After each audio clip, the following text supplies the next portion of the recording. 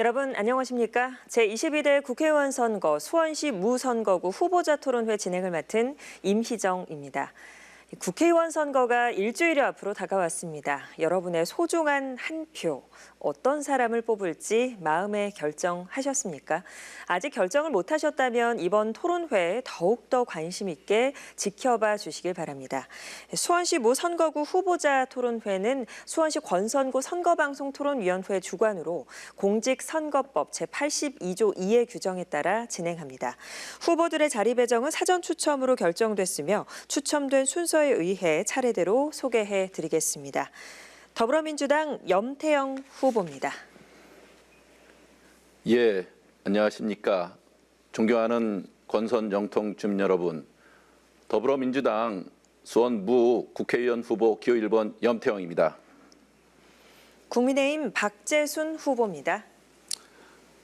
안녕하십니까 시민 여러분. 수원시부 국회의원 후보 박재순 인사드립니다. 반갑습니다. 네, 그럼 토론에 앞서서 진행 순서를 먼저 설명해 드리겠습니다. 각 후보의 시작 발언을 듣고 사회자의 공통 질문에 대한 답변, 그리고 후보자 간 보충 질문을 진행하겠습니다. 이 순서가 끝나면 각 후보의 공약을 듣고 공약에 대해 상대 후보와 질의응답 시간을 갖습니다. 다음 주도권 토론을 진행한 뒤 마무리 발언을 끝으로 토론을 마치게 되겠습니다. 또 각각의 순서별로 답변 시간이 제한이 되어 있습니다. 이 제한 시간을 넘기면 마이크가 자동으로 꺼집니다. 참고해 주시고요. 토론의 공정성을 위해서 발언 시간을 잘 지켜주시기 바랍니다. 그럼 두 후보의 시작 발언부터 듣겠습니다. 두 분께 2분씩의 시간을 드립니다. 염태영 후보 시작해 주십시오. 예, 존경하는 권선 영통 주민 여러분, 더불어민주당 국회의원 후보 기호 1번 염태영입니다.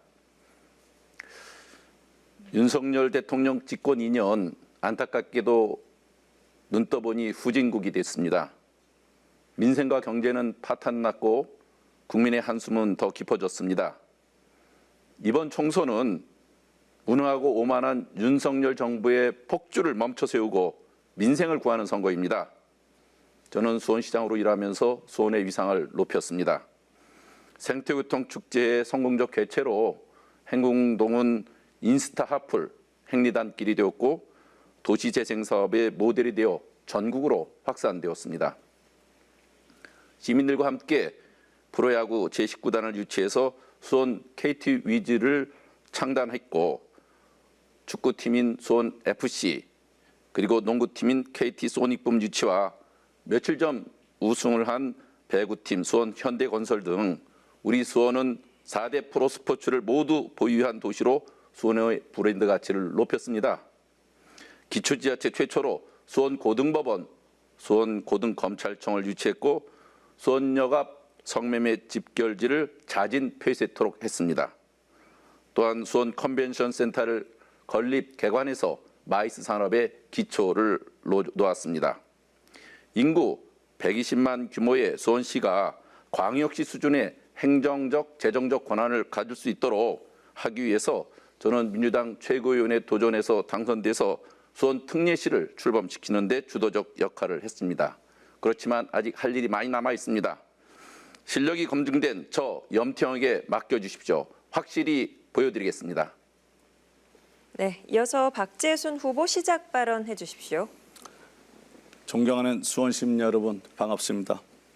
권선구 영통구 주민 여러분 그리고 수원 시민 여러분, 지난 20년 동안 주변을 한번 돌아보시기 바랍니다. 우리 지역은 침체되고 후퇴하고 참담한 현실이 우리 눈앞에 펼쳐져 있습니다. 제가 이번에 총선에 출마하게 된 계기는 두 가지입니다. 하나는 사명감이고 하나는 책임감입니다. 무능했던 12년의 행정에 대한 심판하라는 시민의 회초리가 제 귀를 아프게 하고 있습니다. 집권 여당의 정치인으로서 지역을 위해 일해야 한다는 말씀도 많이 해주시고 있습니다. 이러한 일들을 누가 하겠습니까? 선거 때만 나오는 군공항 이전, 영통 소각장 이전 문제 등 한 발짝도 나가지 못하는 지금 현실을 한번 돌이켜 보시기 바랍니다. 경기도 국제공항 유치 및 건설 촉진을 위해 제정된 초례에서 군공항 이전은 없습니다. 이러한 잘못된 행정적 실패를 보면서도 우리는 아무런 대책을 세우지 못하고 있습니다. 수원시장, 경기도지사, 대통령, 국회의원 5명이 민주당이었을 때 그들은 무엇을 했습니까? 우리 지역을 위해서 무엇을 했습니까? 군공항 이전 말로만 했었지 하나 실천한 거 있습니까? 이제 박재순이 앞장서서 하겠습니다. 그리고 수원의 발전을 위해서 반드시 중앙에서 재정적인 지원이 뒷받침되어야 되는 것입니다. 이 재정이 뒷받침되지 않냐고서는 한 채 앞을 나갈 수 없습니다. 그래서 군공항 이전뿐만 아니라 지하철 3호선 유치 모든 것을 해결할 수 있도록 최선을 다하겠습니다. 감사합니다. 네, 두 후보의 시작 발언 잘 들었습니다.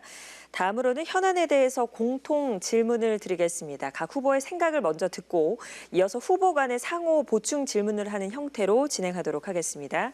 또 후보자들께서 질문을 하실 때에는 30초 이내로 해주시고 답변은 2분 안에 마무리해 주시면 되겠습니다.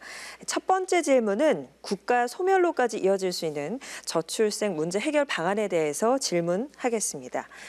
네, 지난해 우리나라 합계 출산율은 0.72명으로 역대 최저치를 기록했습니다. 지난 2015년 이후 가파른 내리막길을 걷고 있는데요. 정부와 지자체가 출산 장려를 위해서 매년 관련 예산을 늘리고 있지만 출산율은 오히려 떨어지고 있는 안타까운 상황입니다. 세계적인 인구학자 데이비드 콜먼 교수는 우리나라 저출산 문제가 해결이 되지 않으면 한국이 지구에서 사라지는 1호 인구 소멸 국가가 될 것이라는 전망을 했습니다. 날로 심각해지는 저출산 문제 원인이 무엇이라고 생각하시는지 먼저 답해 주시고 이를 해결하기 위해서는 어떤 대책을 마련해야 할지 구체적으로 말씀해 주시기 바랍니다. 먼저 박재순 후보의 답변 2분 동안 듣겠습니다. 먼저 우리 국민의힘은 저출생 문제 해결로 한 글자를 바꾸고 국가 책임 강화를 추가했습니다. 저출생 문제 해결 방안으로 부총리급 인구부를 신설하여 인구위기, 세대 갈등, 성배 갈등을 해소하겠습니다. 저출산은 아이를 적게 낳음을 뜻하고 저출생은 일정한 기간에 아이가 태어남을 뜻합니다. 저출산과 저출생은 한 글자 차이지만 저출산은 인구 감소 문제의 책임이 여성에게 있는 것처럼 보입니다. 그러나 이런 점을 감안했을 때 이에 대한 대안으로 제시된 용어가 저출생인 것입니다. 부연에 보면 여성이 아이를 적게 낳아서 저출산 사회 문제가 아니라 현 사회 현실이 아이가 적게 태어날 수밖에 없는 상황에 처해 있다는 것입니다. 다 같이 고민하고 인식하면서 극복해야 하는 문제로 생각되고 있습니다. 부총리급 인구부 신설로 인구 위기를 극복하고 관리 및 국가 발전, 갈등 완화를 도모하겠습니다. 이를 위해서 보건복지부, 고용노동부, 여성가족부 등 여러 부처에 분산된 저출생 정책을 연계하여 총괄적이고 일관성이 있는 대책으로 저출생 위기 극복 및 인구 구조 변화에 대응하고 장기적으로 국가 발전과 세대 갈등, 성별 갈등의 완화에 기여하겠습니다. 존경하는 시민 여러분, 저출산 문제는 우리들의 사회의 가장 큰 문제인 것입니다. 이제 새로운 미래로 나아가기 위해서는 반드시 저출산 문제가 국민 모두가 함께하는 시스템 속에서 만들어져야 된다고 보고 있습니다. 이를 위해서 반드시 인구부가 설치될 수 있도록 힘을 모아주시기 바랍니다. 네, 이어서 염태영 후보 답변해 주십시오. 예, 저출생으로 인한 인구 소멸은 지방 소멸 그리고 국가 소멸로 이어지기 때문에 현재 우리나라에서 가장 시급하게 해결해야 할 과제입니다. 저출생 문제를 해결하기 위해서는 가장 먼저 양육은 가정과 사회 그리고 국가가 책임진다는 패러다임 전환이 꼭 필요합니다. 저는 이 저출생 문제 해결을 위해서 자녀 양육과 주거 문제를 동시에 해결하는 방향으로 추진하겠습니다. 첫째, 결혼과 출산을 연계해서 파격적인 주거 지원을 하겠습니다. 2자녀 이상 자녀를 출산한 가구에 분양 전환이 가능한 공공임대주택을 제공하겠습니다. 신혼부부의 주거지원 자격을 현행 7년까지 해서 10년 차까지로 확대하겠습니다. 둘째, 결혼 출산 지원금으로 1억 원을 대출하고 또 자녀를 출산할 시에는 무이자로 전환하고 둘째 출산 시에는 원금의 50%를 감면하고 셋째 출산 시에는 원금 전액을 감면해 드리도록 하겠습니다. 셋째, 아이돌봄 서비스를 확대해서 중위소득 150% 수준을 기준으로 있는 것을 전면 폐지하고 현행 최대 85%인 본인 부담금을 20% 이내로 대폭 줄이겠습니다. 끝으로 인구위기 대응부를 신설해서 저출생 관련 정책을 종합적으로 수립하고 집행을 통합 관리해 나가겠습니다. 이제 주거와 양육은 국가와 지방자치단체 그리고 우리 사회가 공동으로 담당하도록 하겠습니다.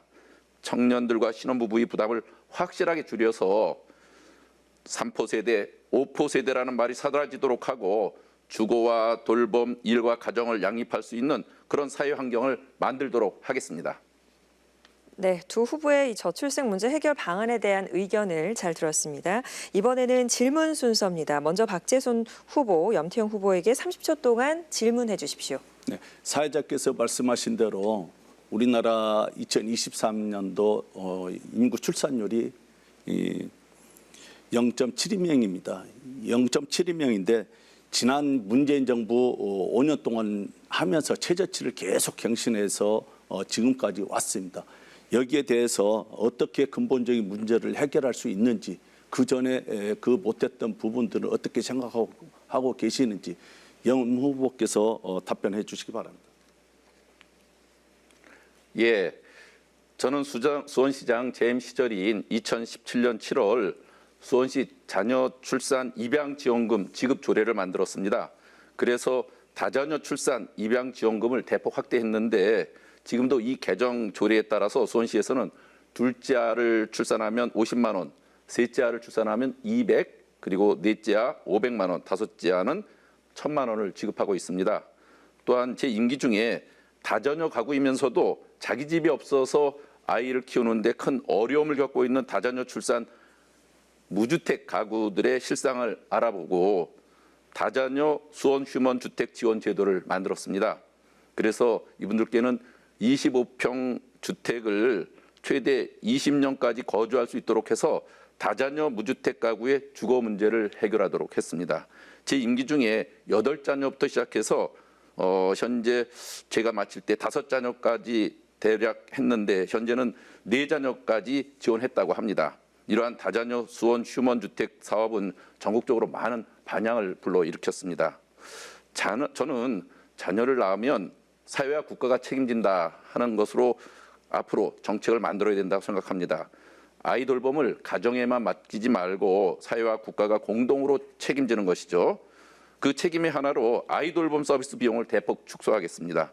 온 동네 초등돌봄 재능학교를 도입해서 학교에 돌봄 인력을 추가로 배치하고 이를 지자체에서 담당하고 관리해서 또 프로그램을 제공하는 방법으로 지자체가 초등돌봄 책임에 한 발 더 나아가도록 그렇게 하겠습니다. 이제부터 자녀 출산과 양육에 대해서는 부담과 걱정 없이 행복하게 아이들을 낳아 기를 수 있는 환경을 만드는 데 최선을 다하겠습니다.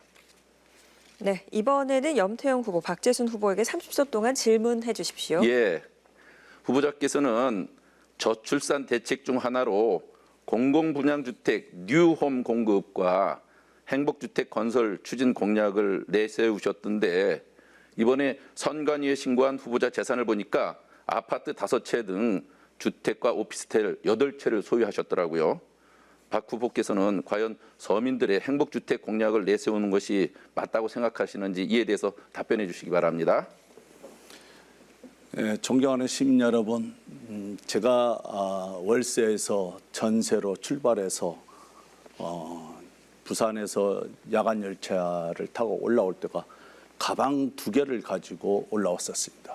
그리고 수원시에 정착할 때는 우리 아들이 2살일 때 정착을 하게 되었고요. 97년도에 제가 그동안 주택 부금을 쭉 넣었던 것이 당첨되어서 성원 아파트에 입주를 하게 되었습니다. 그리고 경제 생활을 충실히 하면서 사업 활동도 했었고 이런 상황에서 부가 축적되었었고 또 생활이 나아졌습니다. 이러한 부분을 가지고 지금 영 후보께서 말씀하신다면 저는 국민들에게 저와 같이 열심히 노력하면서 한 푼 두 푼 모아서 행복주택을 만들어 가야 된다고 생각합니다. 그러기 위해서는 당연히 목돈이 필요합니다. 그러면 종잣돈이라는 것이 필요합니다. 그래서 직장 생활할 때는 저는 월급을 거의 100%를 다 적금을 했었습니다. 존경하는 우리 청년 여러분, 정말 여러분이 이 미래를 생각한다면 3년간만 정말 이를 악물고 월급을 100% 저축하는데 심혈을 기울여 보시기 바랍니다. 저는 그때 세일즈맨이었었기 때문에 월급과 보너스를 다 저축을 했었습니다. 그리고 하루 출장비 15,000원이 나왔었는데 그거 가지고 생활을 했었습니다. 그 생활 속에서 내 삶이 있었고 또 우리 지역의 친구들을 만날 수 있었습니다. 이렇게 한 푼 두 푼 알뜰하게 모으지 아니하면 미래가 없습니다. 시민 여러분, 정말 우리 청년들에게 많은 일자리들을 공급하지 못하는 우리 정부가 좀 안타깝지만 더 좋은 양질의 일자리를 많이 공급해 주셔서 우리 청년들에게 보람을 주었으면 좋겠습니다. 네, 발언 시간이 끝났습니다. 이상입니다. 네, 그럼 또 바로 이어서 두 번째 공통 질문 드리도록 하겠습니다. 이번에 드릴 질문은 민생 경제 활성화 방안에 대한 질문 드리겠습니다. 선거는 국민의 삶이 얼마나 더 나아졌는지, 즉 민생과 경제가 얼마나 개선이 되고 있는지를 판단할 수 있는 기회가 될 것입니다. 최근 국민이 느끼는 민생 현장은 날로 어려워지고 있습니다. 민생 경제 활성화를 위한 생산적인 대책이 있다면 무엇이고 또 어떻게 실행해 나갈 수 있을 것인지 두 후보께서는 구체적으로 제시해 주시기 바랍니다. 이번에는 염태영 후보의 답변부터 듣겠습니다. 예, 요즘 얼마나 힘드십니까? 물가는 치솟고 월급은 제자리고 부채는 쌓이죠. 정말 민생 어렵습니다. 이것이 윤석열 정권 2년 동안의 우리 경제 성적표입니다. 시민들 장복이 정말 겁나는 세상입니다. 대통령만 대파 한 단에 875원에 사는 나라입니다. 요즘같이 상가가 썰렁하고 장사가 안 될 때일수록 적극적인 재정 정책이 필요한 것입니다. 그래서 저는 새 국회가 열리자마자 지역화폐 예산을 대폭 늘리고 온누리 상품권 사용처를 확대하는 일에 가장 앞장서겠습니다. 우리 민주당은 민생회복 지원금 지급을 추진하겠다고 약속을 했습니다. 1인당 25만 원씩 4인 가족 기준으로 가구당 평균 100만 원씩을 지역화폐로 지급하고 이것을 단기간에 사용하게 해서 지역 경제가 선순환되도록 하겠습니다. 여기에는 대략 13조 원 예산이 필요합니다. 물론 적지 않은 금액이죠. 그렇지만 대통령이 작년, 재작년 부자 감세 등으로 세수가 60조 원이나 줄었는데 이 돈의 5분의 1만 써도 말라가는 민생에 한 바가지 물을 드릴 수 있습니다. 저는 이에 대한 논의가 시급하다고 생각합니다. 그래서 최근에도 김동연 경기도지사님을 만나서 민생회복지원금과 지역화폐 예산 확대를 건의하는 민생안전정책 건의서를 전달한 바 있습니다. 고금리는 쭉 내리고 고물가는 확실하게 잡겠습니다. 2중, 3중의 어려움을 겪고 계신 서민과 소상공인, 자영업자에게 진짜 민생을 챙기는 든든한 버팀목이 되겠다고 약속을 드립니다. 네, 잘 들었습니다. 민생경제 활성화 방안, 이번에는 박재순 후보의 생각 2분 동안 듣겠습니다. 요즘 민생 경제가 많이 어렵고 물가가 치솟아서 우리 서민들의 가슴이 많이 아픕니다. 그러나 현 정부에서 많은 노력들을 하고 있습니다. 그래서 농산물을 중심으로 한 할인 판매 지원을 확대한다든지 또 바나나, 오렌지를 수입해서 대체 과일을 지금 공급하고 있다든지 긴급 농축작물 가격 안정자금을 투입해서 1,500억이라는 거금을 투입해서 지금 안정화에 심혈을 기울이고 있다고 저는 보고 있습니다. 유류세 인하 추가를 인하해서 연장시키는 이런 방안들도 우리 서민들에게 도움이 되는 그런 활동이라고 저는 보고 있습니다. 실제로 정부에서 대규모 할인 지원 정책 효과가 사과 앞에 이런 핵과일들이 음식들이 나오면서 신선식품이 하향 평준화 안정세로 돌아서고 있는 것으로 저는 알고 있습니다.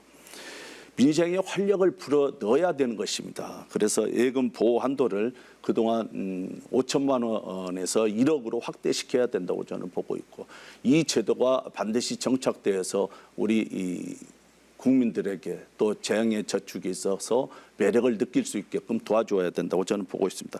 이 부분에 국민의힘 박재순이 앞장서겠다는 말씀을 드리고요. 서민과 소상공인들이 고금리 부담으로부터 좀 멀어져야 된다고 저는 보고 있고요.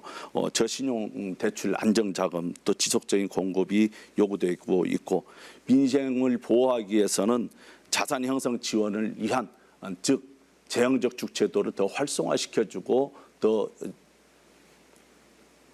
시민들에게 권장해야 된다고 저는 보고 있습니다. 이런 권장을 통해서 시민들이 함께 할 수 있다면 더 좋은 미래가 설계될 거라고 저는 보고 있습니다.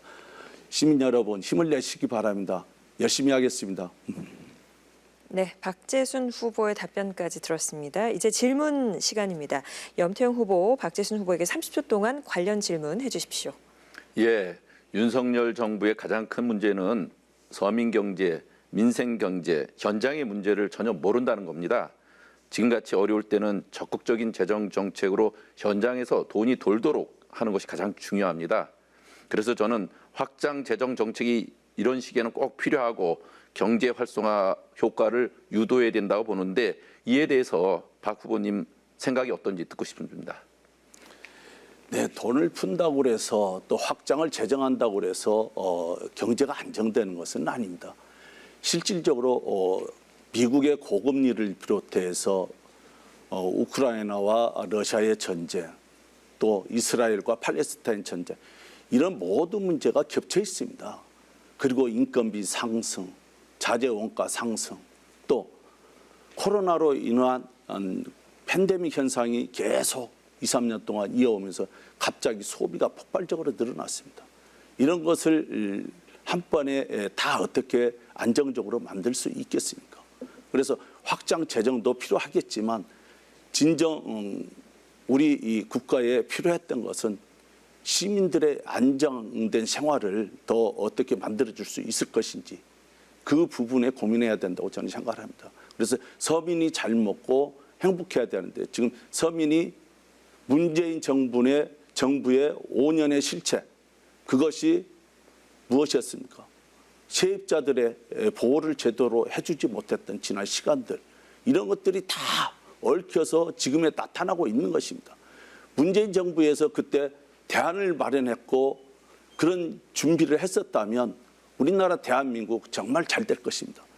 한 예로 삼성전자의 이재용 사장을 그렇게 법 앞에 세워놓고 무슨 일을 할 수 있겠습니까? 이런 잘못된 관행 때문에 우리 대한민국이 조금씩 국가의 신뢰도가 떨어졌었던 거고 또 무너졌던 것입니다. 이것을 하루아침에 찾을 수 없습니다. 이제 대기업의 스타일대로 대기업에서 알아서 자기 자주적으로 일할 수 있게끔 분위기를 만들어주는 게 윤석열 정부고, 또 앞으로 미래에 도와줘야 될 부분이라고 저는 생각하고 있습니다. 네, 그럼 바로 또 이어서 박재순 후보 30초 동안 질문해 주십시오.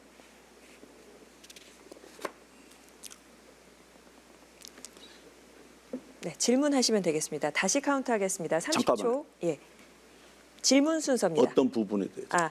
민생 경제 활성화 방안에 대한 질문 30초 동안 해주시면 되겠습니다. 시간 타이머 다시 시작해 그러면 주십시오. 염 시장 후보께서는 민생 활성화 방안에 대해서 국가에서 주도적으로 지금 하고 있는 이 부분에 대해서, 또 안정적으로 하고 있는 이 부분에 대해서 지금 어떻게 생각하는지, 그 부분에 대해서 질의를 좀 드리고요.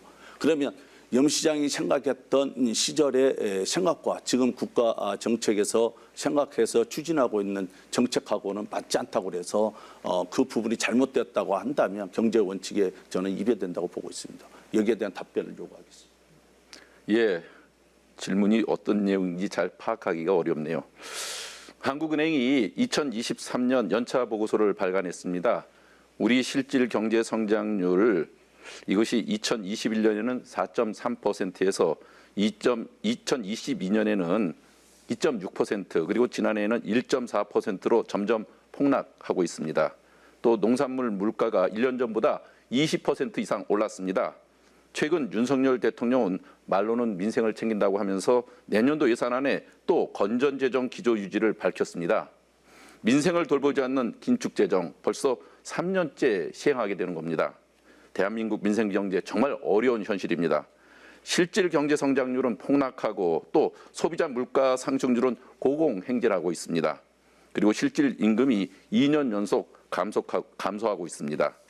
이런 상황에서도 대통령은 전국을 돌면서 민생 토론회를 열고 있는데 이때마다 선시성 예산을 마구 남발하고 있습니다. 무려 1,000조 원 수준이라고 합니다. 그러면서 지역 경제, 골목 상권 활성화를 위해서 지역 화폐 예산에는 아주 인색합니다. 어떻게 이렇게 경제를 모르는 대통령이 있을까 싶습니다. 정부 반성해야 합니다. 말로는 성장 동력을 살린다고 하면서 실질적으로는 우리 성장 잠재력을 갉아먹고 있습니다. 국정 운영의 대전환이 꼭 필요합니다. 그리고 침체된 경기를 살리려면 돈이 돌도록 해야 합니다. 코로나19 때 얼마나 힘드셨습니까? 그때 가계 소비가 회복되고 매출이 늘 수 있도록 긴급 재난지원금을 통해서 코로나19를 넘길 수 있었습니다. 이것은 분명히 효과가 검증된 정책입니다. 민생회복 지원금, 우리 경제의 선순환 구조의 마중물 역할을 하게 될 겁니다. 네, 이렇게 해서 연 후보의 답변까지 들었습니다. 바로 이어서 세 번째 공통 질문 드리도록 하겠습니다. 이번에는 전세 사기 피해자 구제 대책과 또 피해 방지 대책에 관한 질문 드리겠습니다. 최근에 전세 사기 문제로 내 집 마련의 꿈은 점점 요원해지고 서민들의 주거 안정은 더 불안해지고 있습니다. 특히나 수원시에서 발생한 전세 사기 피해액은 1,000억 원이 넘을 것이라는 예측도 나오고 있는데요. 하지만 지난해 6월 시행된 전세 사기 특별법 등 현재 시행되고 있는 제도와 지원책만으로는 전세 사기 피해자들에 대한 충분한 구제가 이루어지고 있다고 보기가 어렵습니다. 전세 사기 피해자를 위한 실효성 있는 대책을 제시해 주시고 또 전세 사기를 예방할 수 있는 대책은 무엇인지 말씀해 주시면 되겠습니다. 먼저 박재순 후보 2분 동안 답변해 주십시오. 전세 사기를 야기한 임대차법을 근본적으로 손질하겠습니다.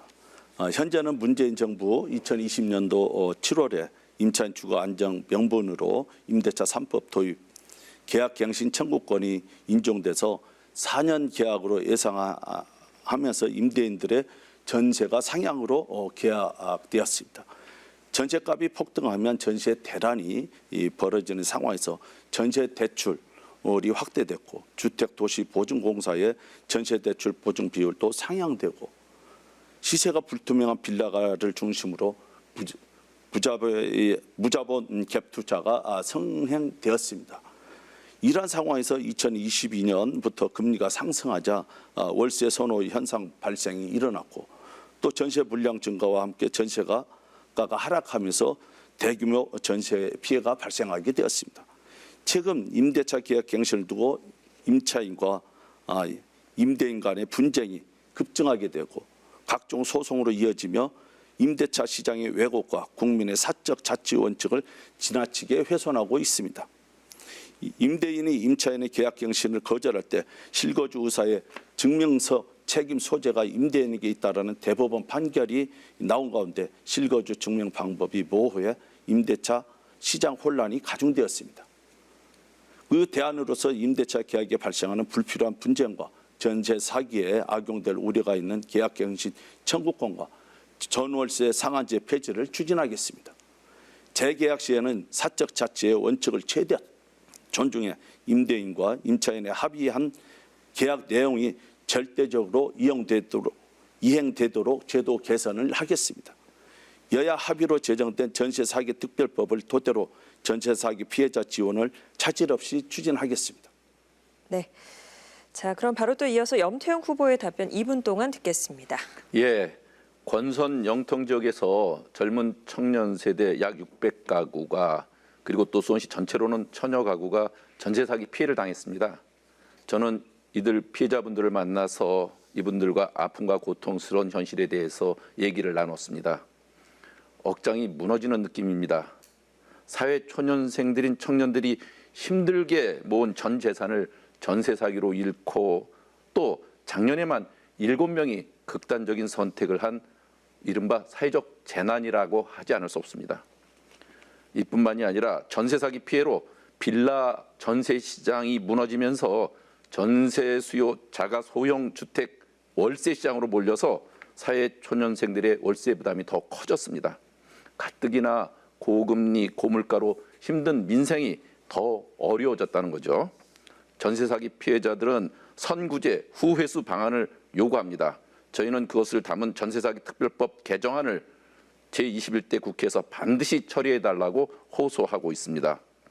그런데 윤석열 정부는 이것을 아예 무시하고 있습니다. 지금 윤석열 대통령이 남발하는 선심성 예산의 극히 일부만 써도 선구제금을 줄 수 있는데 피해자들의 고통과 아픔을 외면하고 있는 것입니다. 그래서 저는 지금 법사위에서 결국 통과를 안 시켜줘서 국토위에 다시 와서 5분의 3의 의결로 다시 국회 본회의에 직회부되어 있는 전세 사기 특별법 개정안을 반드시 회기 내에 처리해 주시기를 바란다는 말씀을 드립니다. 이것도 하지 않으면서 전세 사기 대책을 논하는 것은 피해자들 기망하는 것입니다. 전세 사기 피해자 여러분 정말 죄송하고 미안합니다. 기성세대가 이런 문제를 발생하지 않도록 제도적으로 예방했어야 되는데 그러지 못했습니다. 그러나 힘내주십시오. 제가 끝까지 여러분과 함께 하도록 하겠습니다. 네, 답변 잘 들었습니다. 그럼 이제 관련해서 이 전세 사기 구제 대책과 피해 방지 대책 박재순 후보, 염태영 후보에게 30초 동안 질문해 주십시오. 지난 5년 임대차 보호법이 잘못되었기 때문에 문재인 정부 시절에 임대차 보호법이 잘못되었기 때문에 그 피해를 가장 많이 보는 곳이 우리 수원시 세류동하고 권선동입니다. 이곳에 많은 사람들이 약 한 600여 명의 사람들이 피해를 보고 지금 현실에 밖에 나와서 어려운 상황에 처해 있습니다. 이 주 원인을 어떻게 해결할 건지 답해 주시기 바랍니다. 끝났습니다. 답변 이어해 주시죠. 예, 국힘은 원천적으로 DNA가 남 탓하는 것이 아예 배어 있는 것 같습니다. 지금 이제 집권한 지 2년이나 더 지났는데 지금도 그런 얘기를 하고 있네요. 전세 사기 피해는 정부나 금융권 등의 제도적 허점을 악용해서 발생한 사회적 재난입니다. 사회적 재난인 경우는 국가가 우선 배상하고 그 원인을 제공한 사람에게 이후 구상권을 청구하는 방식으로 해결할 수 있습니다. 그래서 특정 피해자에게만 보상금을 지급하는 게 아니라 사회적 재난에 처한 소위 국민의힘이 말하는 동료 시민인 전세 사기 피해자들을 우선 구제하도록 해야 하는 것입니다. 부실한 제도 또 전세 임대인들의 말만 믿고 전세를 들어서 억울하게 전세를 사기를 당한 청년들의 특수한 상황에 대해서는 국가가 일정 부분 책임을 지고 문제 해결의 당사자로 나서야 한다고 생각을 합니다. 또 은행권 같은 데서는 전세담보대출에 허점이 있는 걸 알면서도 무분별한 전세대출을 해줬죠. 또 일부 공인중개사들의 도덕적 해이로 전세 사기 문제가 이처럼 커졌습니다. 국민 반 가까이가 전세 또는 세입자입니다. 지금도 특별법 개정안 통과를 거부하고 있는 윤석열 대통령과 국민의힘이 이렇게까지 우리 사회 기득권층이 평행해서만 계속 서는 이유를 우리 국민들은 납득할 수 있을까요? 저는 전세 사기 피해자의 억울한 청년들이 다시 희망을 갖고 사회로 복귀할 수 있도록 선구제, 후회수 방안을 담은 전세 사기 특별법 개정안이 지금 국회 본회의에 직회부돼 있으니까 반드시 21대 국회에서 통과되도록 해야 된다고 생각을 합니다. 이렇게 선구제로 지원한 재정은 후에 정부에서 상당 부분 회수할 수 있습니다. 부디 전세 사기 피해자들의 피 맺힌 절규를 외면하지 말아주시기 바랍니다. 네, 그럼 이번에는 염태영 후보 30초 동안 질문해 주십시오. 예, 권선 영통 지역에는 전세 사기를 당한 젊은 청년들이 600가구나 있습니다. 저는 이분들과 만났고 그 피해자들은 전세금을 선구제 후회수해달라고 애원하고 있습니다. 저는 그래서 국회 국토위원장을 만나서 전세 사기 특별법 개정안 통과를 계속 주문했고요. 그런데 현재 정부 여당은 이 특별법 강하게 반대하고 있죠. 선구제 후회수 전세 사기 특별법 어떻게 생각하시는지 박 후보의 의견을 듣고 싶습니다. 예, 그동안 문재인 정부에서 만들어 놓은 일들입니다. 이게 전세 사기 이 특별법 저는 반드시 찬성합니다. 그리고 선구제체뿐만 아니라 국가가 주도적으로 해서 선 보상을 해줘야 된다고 보고 있고, 이것 또한 지방자치단체에서 반드시 먼저 선 구제를 해줄 수 있는 제도를 보완해서 조례로 만들었으면 하는 그런 바람이 먼저 있고요. 후차적인 것은 법으로 만들어야 된다고 저는 보고 있습니다. 그래서 2024년도에 지금 민주당 시스템 갖고는 절대 대한민국을 바꿀 수가 없습니다. 이런 악법들을 만들어 놓고 이런 잘못된 관행들을 다 만들어서 오늘날에 이런 전세 사기 제도가 터졌던 것입니다. 내 지역의 600명의 젊은 층을 비롯한 약자들을 보호하기 위해서 저는 앞장서서 일하겠습니다. 야당에서는 할 수가 없는 일들입니다. 이런 것들을. 그동안 수원시를 한번 보십시오. 10년, 20년을 했었지만 무엇 하나 변한 게 있나요? 전세 사기뿐만 아니라 이런 것이 터지도록 그동안 시정은 무엇을 했습니까? 지역을 돌보면서 서민들의 아픔을 보듬어 주었다면 또 그런 문제들이 조기에 징조가 보였었던 거거든요. 그러면 가장 먼저 해야 될 것이 무엇입니까? 지방자치단체에서 앞장서서 이런 제도를 막았어야 되는데 전혀 막지를 못했어요. 또 하지도 않았었고 터지고 나니까 이제 와서 그것을 자기네들이 할 것처럼 얘기하고 있습니다. 전세 사기 특별법이요 반드시 만들어서 우리 시민들, 우리 내 지역의 특히 피해자분들 제가 국회에 입성해서 반드시 솔선수범해서 만들어 드리겠다는 것을 오늘 이 자리를 빌어서 약속하면서 시민 여러분, 피해자 여러분 힘내시기 바랍니다. 함께 하겠습니다. 박재순입니다. 네. 답변 잘 들었습니다. 이렇게 해서 공통질문 3가지에 대한 두 후보자의 답변 들었고요. 다음으로는 공약 검증 토론 순서로 넘어가겠습니다. 먼저 후보의 공약을 듣고 공약과 관련해서 상대 후보가 질문하는 형태로 토론이 진행이 되겠습니다. 이 공약 발표 시간은 2분이고요. 상대 후보는 질문을 30초 동안 하실 수 있고요. 또 이어지는 답변 시간은 2분입니다. 또 보충 질문과 답변 시간도 같습니다. 이 공정한 토론을 위해 질문과 답변 시간을 잘 지켜주시기 바랍니다. 그럼 먼저 염태영 후보의 공약을 듣겠습니다. 발언 시간은 2분입니다. 예, 제가 준비한 약속 말씀드리겠습니다. 첫째, 금쪽 같은 출퇴근 1시간을 돌려드리겠습니다. 지하철 권선 곡선역 설치, 또 오산 수원 용인 지하고속도로 조기 개통하고 또 그곳에 세류 권선 IC, 수원시청 앞 사거리 IC를 만들겠습니다. 그래서 지하철로 승용차로 강남까지 30분 시대를 열겠습니다. 덕영대로 정체 문제는 반정로를 확장 연계하고 또 남부순환로를 신설을 하고 또 AI 교통신호 시스템을 통해서 풀어내겠습니다. 망포역과 SRT 동탄역 간 트램을 조기 착공하고 또 동탄 인덕원 간 신수원선 영통 환승역을 더블 역세권으로 만들고 또 경부선 철도 수원 구간 지하 사업도 여야가 꼭 합의해서 추진하겠습니다. 둘째, 민생경제 회복 그리고 미래 산업 육성하겠습니다. 경기국제공항 건설을 통해서 군공항 이전 사업을 완수하고 기존 군공항 부지에는 첨단 연구산업단지를 조성하겠습니다. 전세 사기 특별법 개정이라든지 지역화폐 예산 또 온누리 상품권 사용처 확대에도 앞장서겠습니다. 수원 특례시 내시를 키우겠습니다. 수원 특례시 지원 특별법을 제정해서 광역시 수준의 행정적, 재정적 권한을 키우겠습니다. 수원 무 지역에 5번째 구청을 유치하고 보건소와 복지시설, 주민 편의시설, 그리고 경찰 지구대 이런 것들을 확충해 나가겠습니다.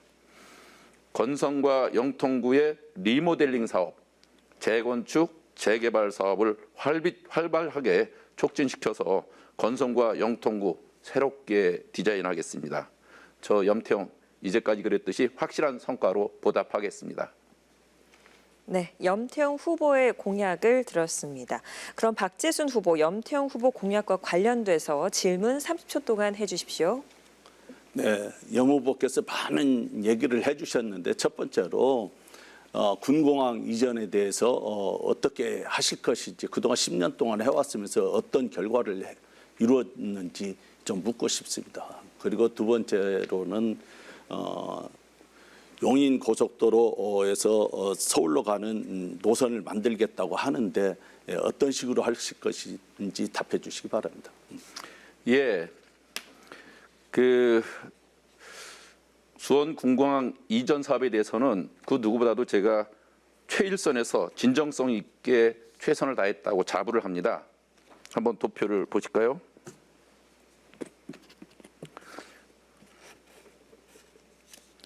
예, 2013년 군공항 이전 및 지원에 관한 특별법을 우리 지역 국회의원들과 함께 국회를 통과하도록 했고요. 2015년에는 국방부에 수원 비행장 이전 건의서를 제출해서 결국은 수원시가 적격 사업자로 인정을 받았습니다. 2017년에는 또 수원 군공항 예비 이전 후보지를 발표하게 됐고요. 그리고 2019년에는 군공항 소음 피해 보상법을 제정해서 작년에만 해도 5만여 명 주민들이 137억 원의 그 피해 보상을 받았습니다. 그리고 2020년에는 그 경기도와 국토부에 경기 남부 국제공항 유치를 건의하고 또 2021년에는 국토부의 제6차 공항개발 종합계획을 그 계획 내에 경기 남부 민간공항 건설 사업이 반영되도록 했습니다. 그리고 2022년과 2023년에는 김동연 지사님과 함께 제가 경기국제공항 추진단을 만들어서 이와 관련된 방법으로 군공항 이전 사업을 하도록 지금 추진 중에 있다는 말씀을 드립니다. 이렇게 한 것들은 전부 다 우리 민주당 시장과 민주당 출신의 국회의원들이 한 일입니다.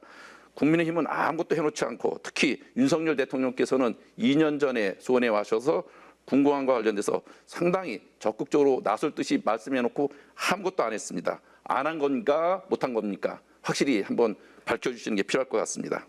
네, 박 후보님 30초 동안 질문해 주십시오. 네, 군공항 이전에 대해서요. 지금 10년 동안 시장 시절부터 해서 수억에서부터 수십억, 수백억을 저는 썼다고 보고 있습니다. 윤석열 대통령이 군공항 이전한다고 했었을 때 할 수도 있습니다. 그러나 문재인 정부 시절부터 100대 사업에 들어가 있었는데 왜 못했습니까? 그때 국회의원, 시장, 도지사 모두가 민주당이었습니다. 왜 못했습니까? 지금에 와서 한다고요? 네, 발언 시간이 끝났고요. 답변 이어해 주시죠. 예, 그 말만 나오면 다 문재인 정부 탓으로 돌리는 탁월한 재주를 갖고 계십니다. 그동안 그 국토부의 제6차 공항개발 종합계획 내에 경기 남부 민간공항 건설 사업 내용을 반영시킨 것도 우리 민주당 국회의원과 시장이었습니다. 그리고 지금 경기국제공항 사업을 통해서만 해야지만 군공항 이전 사업이 가능해집니다. 왜냐하면 군공항 이전 사업은 어느 누구도 받지 않는 사업이 됩니다. 그래서 지자체끼리의 갈등만 양산하는 현재와 같은 모습으로는 한 발도 나갈 수 없기 때문에 이것을 해결하기 위해서는 지금 군공항 이전 사업비가 2015년에 평가됐을 때 7조 원이었는데 부동산 가치가 많이 올라서 지금 15조 내지 20조로 되어 있기 때문에 이 돈을 갖고는 국제공항까지 건설할 수 있는 비용까지 상당 부분 충당이 가능해서 국제공항 건설 사업을 함으로써 경기 남부 지역에 국제공항이 건설될 수만 있다면 이것을 통해서 공항까지 같이 해결할 수 있다는 겁니다. 이것을 통해서 가능하게 하기 위해서 경기도에서는 제가 지사님과 함께 국제공항 추진단이라는 것을 만들고 그 안에서 조례를 만들고 예산을 만들어서 지금 그에 대한 타당성 조사를 하고 있습니다. 올 8월에 끝나면 국토부에서 지금 예산이 만들어진 2억의 예산을 갖고 또 그와 관련된 용역을 하게 됩니다. 그래서 국토부 안에서 2035년 포화 상태로 예상되는 영종도 국제공항이 이제 더 이상 그 포화 상태로 그 국제공항이 경기 남부 지역에 더 필요하다는 것만 도출되게 되면 그것을 통해서 국제공항을 만들 때 각 지자체가 경합적으로 나서서 유치하게 되고 그러면 군공항 이전 사업비를 얹어서 같이 할 수 있는 방법을 찾아서 지자체끼리 윈윈 전략을 할 수 있는 것을 지금 추진 중에 있다 이런 말씀을 드립니다. 네. 그럼 이번에는 박재순 후보의 공약을 듣도록 하겠습니다. 공약 발표 시간은 2분입니다. 시작해 주십시오. 존경하는 시민 여러분, 그동안 민주당에게 10년, 길게는 20년을 지자체 국회의원을 맡겨봤습니다. 그러나 우리 지역에 그렇게 말로만 많던 군공항 이전했습니까? 지금도 그 자리 그대로 있습니다. 영통 소각장 이전 어떤 대안이나 이전했습니까? 아직도 그 대안도 찾지 못하고 있고 그대로 있습니다. 이런 부분들 정말 생각해 보시기 바랍니다. 그리고 지하철 3호선 유치, 염시장 시절에 우리 지역 주민들께서 뭐라 했습니까? 체육문화복지센터 하나 만들어 달라고 그렇게 애쳤지만 외면했습니다. 건곡 사거리역을 중심으로 해서 반경 500m를 둘러보시기 바랍니다. 20만 인구가 살고 있습니다. 이 밀집된 공간에 체육문화복지센터 하나 없습니다. 시장 시절에 예산 편성해주고 만들어주면은 우리 20만 인구가 행복하게 일할 수 있고 삶을 즐길 수 있는데 그거 하나 해주지 못했던 사람입니다. 그거 하나 해주지 못한 사람이 지금 무엇을 한다고요? 저는 어불성설이라고 얘기하고 싶고요. 저 박재순이 반드시 된다면 이런 문제를 국가적인 주도적으로 집권 여당의 힘으로 해결하겠습니다. 그리고 우리는 삼성이 옆에 있습니다. 그래서 제가 하나 공약으로 내놓은 게 뭡니까? 반도체 통합 행정 지원청입니다. 미래의 먹거리 산업입니다. 그래서 주도적으로 국가 주도적으로 미래 통합 행정청을 만들어서 삼성, SK, LG전자에 지원해 줌으로써 우리 신동지구에 반드시 신설 유치해 왔을 때 젊은 일꾼들의 일자리 창출을 비롯한 모든 문제를 다 해결할 수 있습니다. 나머지 뭐 에스컬레이터 문제, 엘리베이터 문제 그거 아무것도 아닙니다. 정말 이 큰 문제 반도체 제가 네. 답변 시간이 종료가 됐습니다. 자, 그러면 박재순 후보의 공약과 관련된 이야기 들었고요. 염태영 후보 공약 관련해서 질문 30초 동안 해주십시오. 예, 며칠 전 국민의힘 5명 후보들이 공동 기자회견을 했습니다. 수원 군공항 기능을 재배치하고 이전하겠다고 약속을 하셨습니다. 구체적으로 군공항 어떤 기능을 어떻게 재배치하겠다는 것인지 그 자리에서 또 이수정 후보는 폐쇄까지도 말씀하시던데 면밀한 검토는 충분히 거치셨는지요? 잘못하다가는 안보 불감증이 될 텐데 이에 대한 후보님 의견 듣고 싶습니다. 네, 수원 군공항 이전은 반드시 해야 되는 것입니다. 그러나 국가 주도형으로 만들어져야 된다고 저는 생각을 하고 있고요. 그것이 첫 발이 바로 2024년 4월 10일 날 국회의원을 바뀌면서 국회의원을 바꿔주면서 시작되는 것입니다. 그렇게 되면 2026년도에 지자체가 또 선거가 있습니다. 그때 시장과 도지사를 바꿔주시기 바랍니다. 2027년도에 또 대통령이 있습니다. 그때 제가 대통령에게 100대 공약 사업에 국가 우리 이 수원 군공항 이전의 사업을 건의를 드려서 반드시 이전할 수 있는 기틀을 마련해 놓겠다는 것입니다. 그리고 수원 군공항 이전에는 지금 현재 F5, F4가 있습니다. 그러나 노화된 그런 기종들이 있다 보니까 자동적으로 교체된다든지 없어진다든지 이런 문제가 생겨날 것입니다. 그래서 그런 문제들을 잘 보완하면서 최첨단의 비행기를 또 유치해 오면서 안보 문제를 책임 있게 추진해 나갈 것입니다. 시민 여러분 한번 생각해 보시기 바랍니다. 그동안 우리는 고도를 완화시켜줬고 앞으로도 더 완화시켜 주실 겁니다. 그리고 시민 여러분의 재산을 확보해 주실 겁니다. 그러기 위해서는 반드시 힘든 집권 여당에서 이런 일들을 할 수 있습니다. 소음 피해 보상 범위 모든 것을 확정해 가면서 장기적으로는 비행장 이전을 반드시 풀어나가겠습니다. 이런 일들을 여당에서 할 수 있다는 것입니다. 야당에서는 할 수 없습니다. 물론 소리를 내고 말은 할 수 있지만 그걸 주도적으로 해나가려고 한다면 수원시의 발전 반드시 비행장 이전에서부터 출발하고 미래의 우리 문화가 새롭게 그곳에서 탄생할 수 있도록 저 박재순이 최선을 다하겠습니다. 네, 다시 한번 염태영 후보 보충 질문해 주십시오. 예, 박 후보님께서는 소각장 이전에 남다른 의혹을 보이셨습니다. 수원시가 소각장 이전에 걸리는 시간을 9년으로 제시했는데 후보께서는 여기에 또 2, 3년을 더 단축하겠다고 하셨습니다. 보통 소각장 건립 계획과 또 부지 매입에 60개월 그리고 설계 시공에 36개월이 걸리는데 이것만 해도 8년입니다. 어떻게 더 2, 3년을 단축하겠다는 건지 신의 한 수를 알려주시기 바랍니다. 네, 존경하는 시민 여러분, 영통 소각장 문제는 우리의 또 수건 산업입니다. 그동안 시에서 지금도 유보지를 찾지 않고 또 대보수도 하지 않는 이런 시점에 정말 안타깝게 한이 없습니다. 그 계획서를 보면요, 그 계획을 세워서 진행하는 과정만 해도 6.5년이라는 세월을 잡아놨어요. 그리고 짓는 것을 3.5년을 잡아갖고 10년을 잡았던 시간입니다. 저박재순이 어땠습니까? 시민들이 그렇게 외쳤을 때 2023년 6월 15일 날 삭발식을 가지면서 시민 여러분에게 힘을 보탰습니다. 그리고 이 영통 소각장 10년이 아니라 우리 시의원들이 노력해서 1년을 단축시켰습니다. 이 1년을 단축시키는데 많은 일들을 우리 시의회를 장악하고 있었기 때문에 가능했었습니다. 이제 제가 국회의원이 된다면 4월 10일 날부터 또 다른 변화가 일어날 것입니다. 지금 시에서 그 계획서를 내지 못하고 있는데 환경부나 기획부나 재정부에 이런 국가에서 부서에서 허가해 주는 것들이 있습니다. 이런 부분들을 저는 줄여보고 싶습니다. 또 신뢰가 다른 지자체에 7년 안에 아니 6점 몇 년 안에 이루어진 곳이 있습니다. 그것을 우리 수원, 언시, 영통 소각장 대이전 보수를 진행하면서 양날의 톱니바퀴가 굴러갈 수 있도록 제가 질타하겠습니다. 수원시장을 질타하지 않냐면 이런 일들을 할 수가 없습니다. 민주당에서는 같은 사람이기 때문에 질타를 할 수가 없습니다.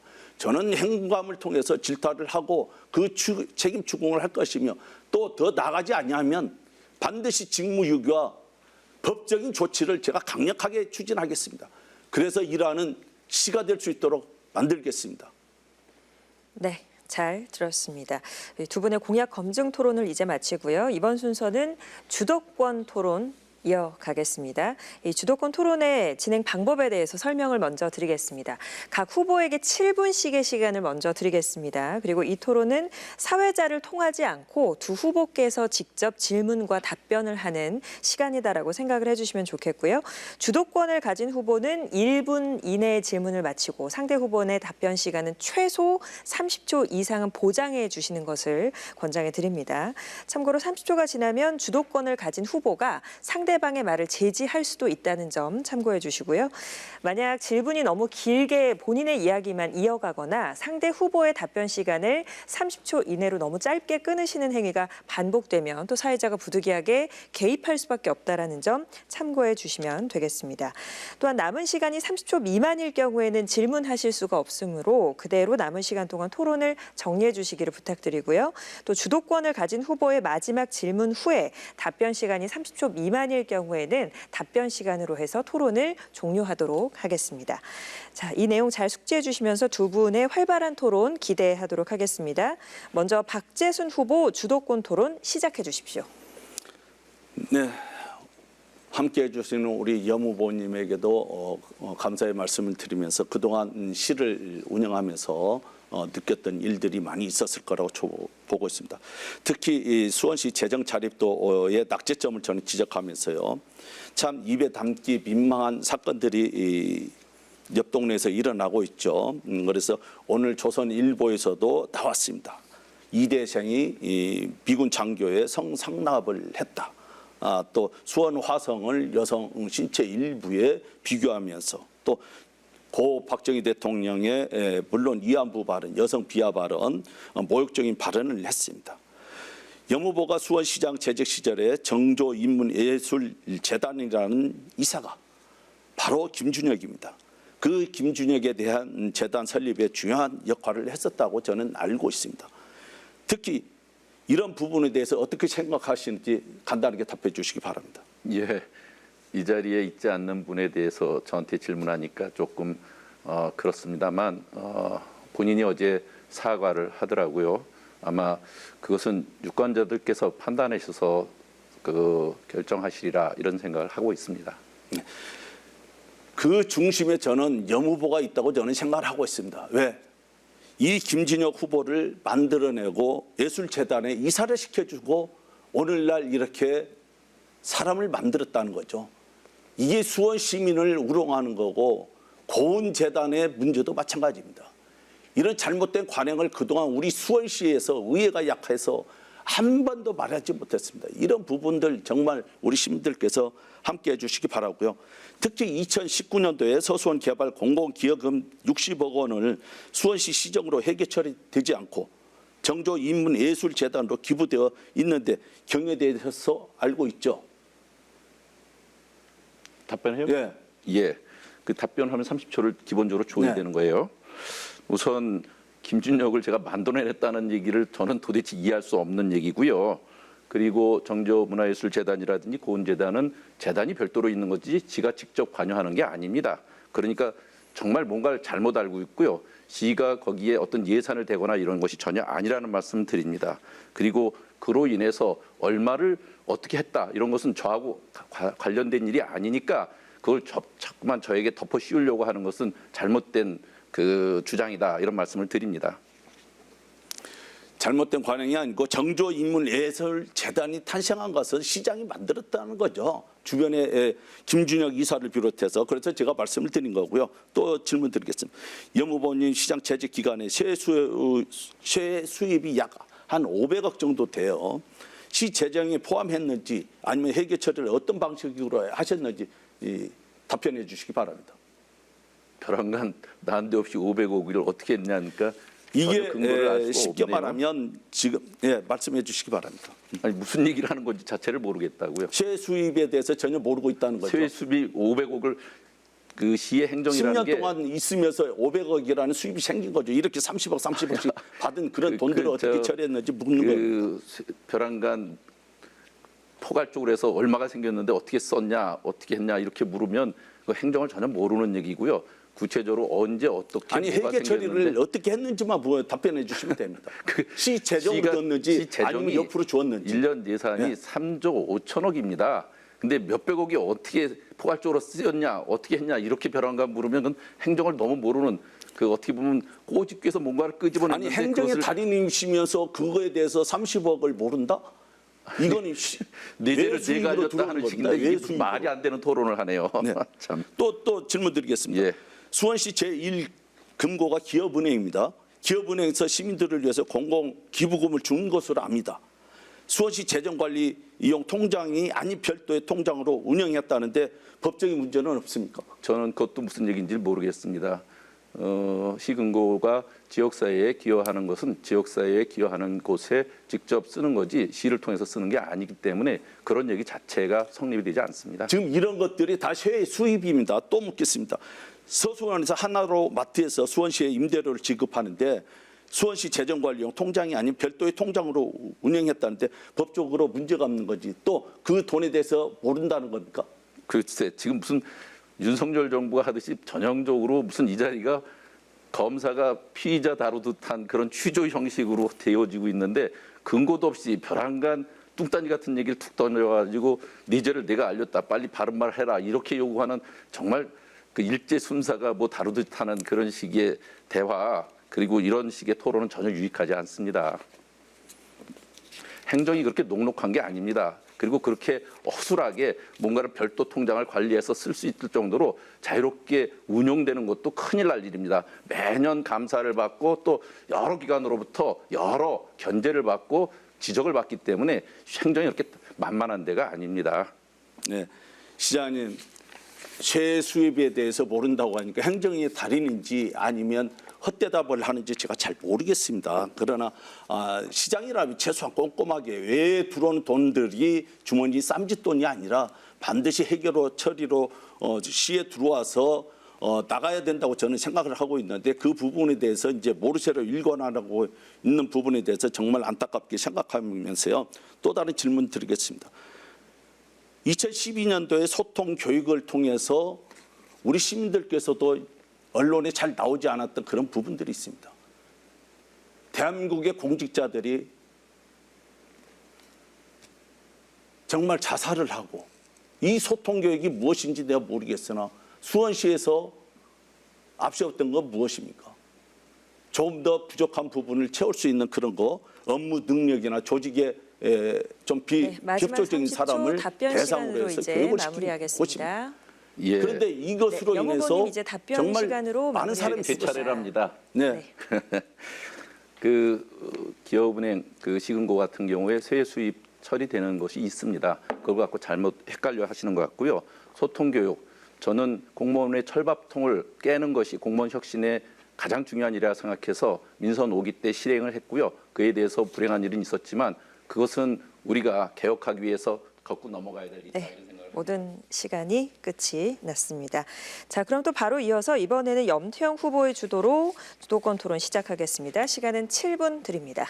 예, 박재선 후보님께서 탁월한 재테크 능력이 있듯이 재정 문제에 대해서 굉장히 관심이 크신 것 같습니다. 재정 자립도에서 여러 번 말씀을 하셨는데 재정 자립도가 낮아진 이유에 대해서 정확히 알고는 계신지 모르겠습니다. 우선 수원시가 1983년 과밀 억제권역으로 분류된 이후에 한일합섬, 대한방직, SK케미칼, 또 이렌텍, 금강 CC 이런 데가 KCC 이런 데가 수원 지역을 떠나게 되면서 수원 지역의 세수가 상당 부분 어려워졌습니다. 이건 그래서 과밀 억제권역으로 구분되어 있는 곳의 공통적인 현상입니다. 과밀 억제권역과 성장관리구역은 그래서 지난 25년간 36~7%가 재정 자립도가 떨어졌고 성장관리구역은 15% 안팎이 떨어졌으니까 이 차이가 워낙 큽니다. 두 번째는 2016년 박근혜 정부가 지방재정 개편으로 그해만 해도 1,800억, 6천억 정도의 재정이 그동안 감소가 있었습니다. 이것이 가장 결정적으로 우리 시의 재정을 어렵게 한 거고요. 또 하나는 복지비가 제가 2010년 시장을 시작할 때는 전체 예산의 10%가 안 됐습니다. 500억 수준이었는데 임기 말에는 45% 가까이 돼서 1조 3천억이 넘었습니다. 그만큼 국비, 도비가 많아짐으로써 지방비 매칭에 따른 재정 자립도가 하락할 수밖에 없었습니다. 이것은 그동안 모든 지자체가 공통으로 겪는 현상입니다. 이것이 특별히 우리 시가 뭔가를 잘못해서 한 것으로 왜곡하고 공박하고 싶은 문제인데 그렇게 되지가 않습니다. 이에 대해서 이런 사실은 알고 계신지 되묻고 싶습니다. 네, 사실 알고 있습니다. 재정 자립도라는 게 어느 시장의 잘못을 본인이 눈 감기 위해서 그런 말씀을 하시는데요.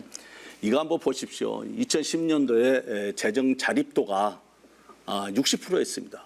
그러나 10년 후에 어떻게 됐습니까? 40% 밑으로 떨어졌습니다. 민주당 시장, 경기도의 시장 하신 분들이 다 이렇게 재정 자립도가 40% 이하로 떨어지는 곳이 있습니까? 성장한 곳이 많아요. 주변에 화성시를 보시고 가까이에는 고양시를 보시고 또 용인시나 성남시를 보시기 바랍니다. 이 원인이 저는 정말 알지 못하는 산하 기구를 제가 말씀드리겠습니다. 지금 화성과 수원을 비교하는데 아까 말씀드렸다시피 과밀 억제권역이 수원입니다. 수원, 안양, 의왕 이런 데는 35% 이상이 떨어졌습니다. 그리고 성장관리권역, 지금 화성 같은 데를 얘기합니다. 그런 데는 10% 안팎으로 떨어졌습니다. 그 차이가 20% 이상 나고 있기 때문에 지금 우리로서는 과밀 억제 권역을 해소시키는 것이 굉장히 중요하다 하는 말씀을 드리고요. 또 하나는 복지비 지출이 이만큼 늘었습니다. 500억 수준에서 2023년에는 1조 3천억 수준으로 결국은 이만큼 예산이 복지비 지출이 늘어난 것을 안다 그러면서도 그런 얘기를 하시는 게 이것은 다 국민들에게 돌아가는 겁니다. 그리고 노인연금이라든지 보육, 양육비 이런 지출이 워낙 늘어서 전체적으로 국비 지원이 늘어날수록 재정 자립도는 떨어지는 것은요.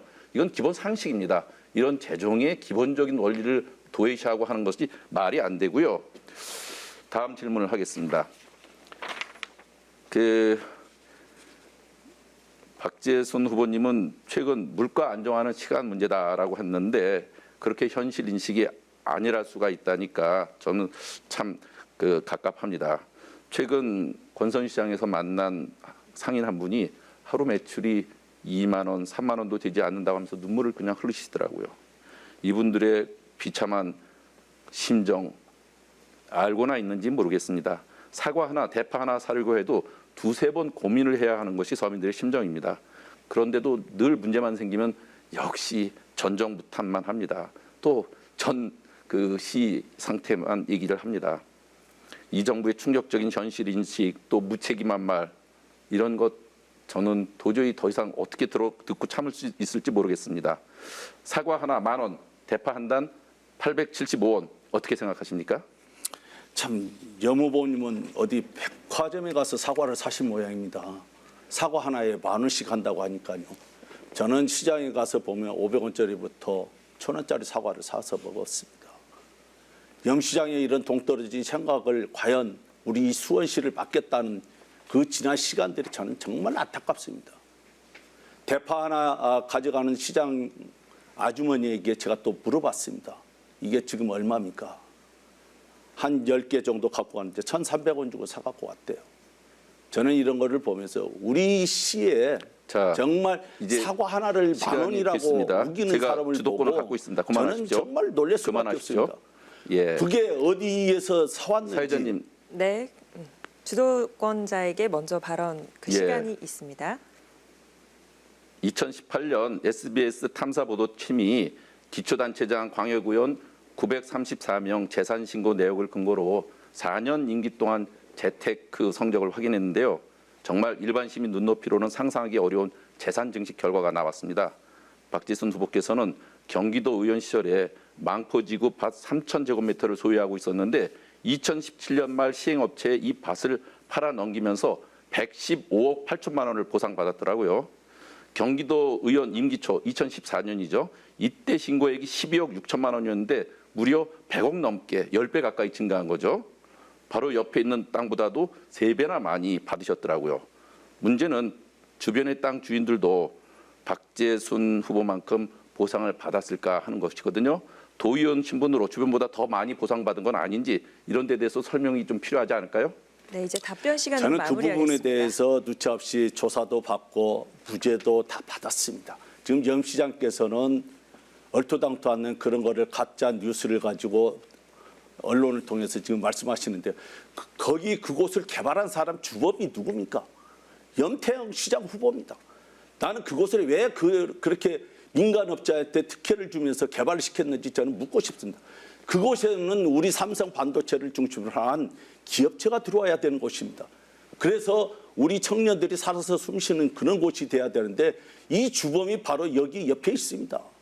네, 이제 발언 시간이 모두 끝이 났고요. 이렇게 해서 두 후보 간의 주도권 토론 각 7분씩이 모두 끝이 났습니다. 이제 토론회를 마무리해야 할 시간인데요. 마지막으로 마무리 발언을 듣도록 하겠습니다. 시작 발언의 역순으로 이번에는 박재순 후보자, 염태영 후보자 순으로 진행하겠습니다. 각 후보께 2분씩의 시간을 드릴 테니까요. 못다한 이야기들은 마무리 발언으로 해주시기 바랍니다. 박재순 후보 마무리 발언 해주십시오. 존경하는 수원 시민 여러분. 정말 긴 시간 동안 감사하고 고맙습니다. 이제 세상을 바꿔주시기 바랍니다. 지난 시간들을 한번 보시기 바랍니다. 민주당 국회의원 20년, 시장 12년, 또 부지사 2년, 14년 하신 분도 옆에 후보로 나와 있습니다. 그러나 그분은 지금 어떤 말을 하고 있을까요? 우리 지역에 전혀 살지도 않았습니다. 그러나 본인이 전략 지원되어서 나왔다고 우리 지역으로 지금 후보로 뛰고 있습니다. 이런 어불성설 같은 문제가 있다 보니까 내 지역에 그곳을 개발시켜 가서 허가권자가 과밀학급을 만들고 또 학교를 짓지 못하게 하고 이런 부분들이 짓지 못했던 그런 시간들이 있었기 때문에 우리 학부형님들이 너무나 많은 피해를 봤습니다. 저는 정말 절규하고 싶습니다. 그때 제가 힘이 있었다면 그 시장에게 정말 강탈을 했었을 건데 그때 2018년도에 제가 도의원 떨어졌고 2020년도에 국회의원이 떨어졌습니다. 말 한마디 할 수가 없었습니다. 이렇게 개발시켜놓고 난개발시켜서 학군을 엉망으로 만들고 지역개발에 신경 쓰지 않고 말로만 비행장 이전한다고 맨날 그렇게 외치면서 하지도 못한 사람들. 이런 무능한 정치 제가 박재순과 반드시 보여드리겠습니다. 정말 시민 여러분, 저는 거짓말하지 않습니다. 그동안 기득권을 누렸던 정치인들 다 청산해 주시기 바랍니다. 그리고 우리 신동에 반도체 통합 미래청이 반드시 유치될 수 있도록 저와 함께 해주시기 바랍니다. 제가 이 일을 반드시 해내겠습니다. 그래서 우리 미래에 희망을 갖고 일할 수 있는 그런 일들을 하겠습니다. 앞으로 디스 안 하겠다고 하는 사람도 이렇게 말도 안 되는 그런 일들을 얘기하고 있습니다.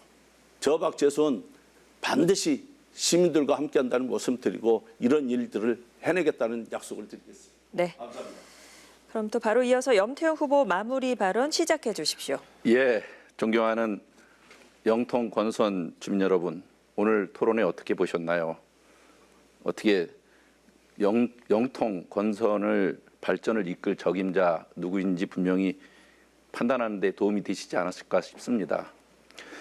마치면서까지 왜곡하는 발언을 하시는데 망포지구 지구단위 계획을 보시면 그 망포 1지구는 제가 취임하기 전인 2007년에 이미 지구단위 계획이 결정돼서 진행이 되고요.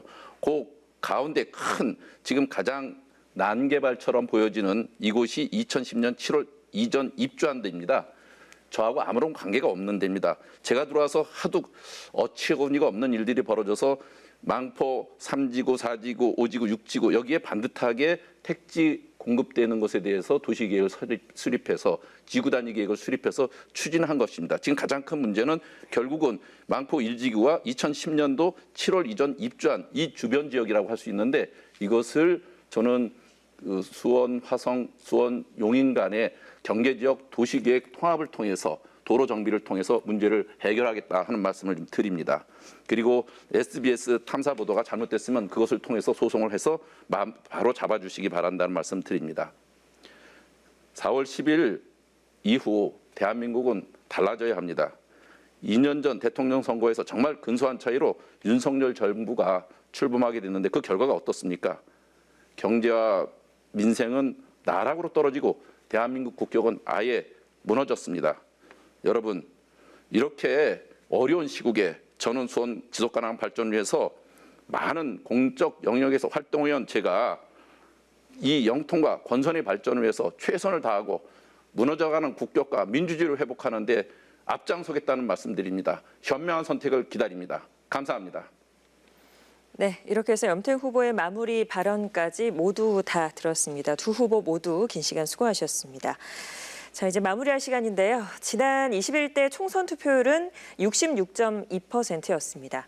58%를 기록했던 20대 총선보다 상승한 수치지만 아직도 국민 10명 중 4명 가까이가 소중한 권리를 행사하지 않고 있다는 얘기입니다.